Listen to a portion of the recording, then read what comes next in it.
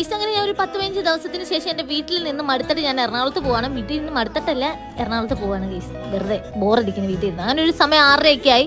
കാരണം രാവിലെ എനിക്ക് വർക്ക് ഉണ്ടായിരുന്നു. വർക്ക് കഴിഞ്ഞിട്ട് വേണം എനിക്ക് എറണാകുളം പോകാൻ. ഈ പാണ്ടാളം ബാഗ് ഒരു സഞ്ചിയൊക്കെ ഉണ്ട്. ഈ സഞ്ചിക്കകത്ത് ഫുള്ള് തിന്നുന്ന സാധനങ്ങളാണ്. അങ്ങനെ കൊല്ലത്ത് ഇവിടെ വെച്ചിട്ടായിരുന്നു കല്യാണം. രാവിലെ എനിക്ക് വിശന്ന് പണ്ടാരം ഉണങ്ങിയപ്പോൾ ഞാൻ പോയി ഫുഡ് വാങ്ങിച്ചുകൊണ്ട് വന്നപ്പോൾ അന്നത്തെ ഒരു ഈച്ച കത്ത് കിടക്കുന്നത്. എന്തൊരു അവസ്ഥയാണെന്ന് നോക്കണേ. ഞാൻ ഡ്രസ്സ് ചേഞ്ച് ചെയ്യാൻ കയറി. എനിക്കെല്ലാം കറുപ്പാണ്. എനിക്ക് കറുപ്പ് ഭയങ്കര ഇഷ്ടമാണ്. അതേപോലെ തന്നെ സെറ്റ് സാരി കൊടുക്കാൻ എനിക്ക് ഭയങ്കര ഇഷ്ടമാണ്. പക്ഷേ സാരി കൊടുക്കാൻ എനിക്കറിയത്തില്ല. പക്ഷേ സെറ്റ് സാരി ഞാൻ നന്നായിട്ട് കൊടുക്കുമോ ഏകദേശമൊക്കെ.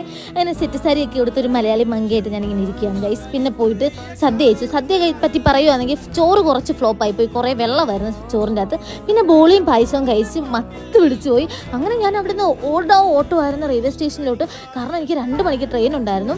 ഇതാണ് കൊല്ലം റെയിൽവേ സ്റ്റേഷൻ. കാണാത്തവർ കണ്ടോണേ. അപ്പോൾ എൻ്റെ ട്രെയിൻ വന്ന് ബാംഗ്ലൂർ എക്സ്പ്രസ് ആയിരുന്നു. എനിക്ക് സീറ്റ് ഇല്ലാത്തതുകൊണ്ട് ഞാൻ മണ്ടേ ബംഗാളിയുടെ കൂടെ കയറിയിരുന്നത്. അങ്ങനെ ഒരു മിറൻ്റെ ഒക്കെ കുടിച്ചുകൊണ്ടിരുന്നപ്പോൾ എൻ്റെ ഫോൺ ഓഫ് ആയി.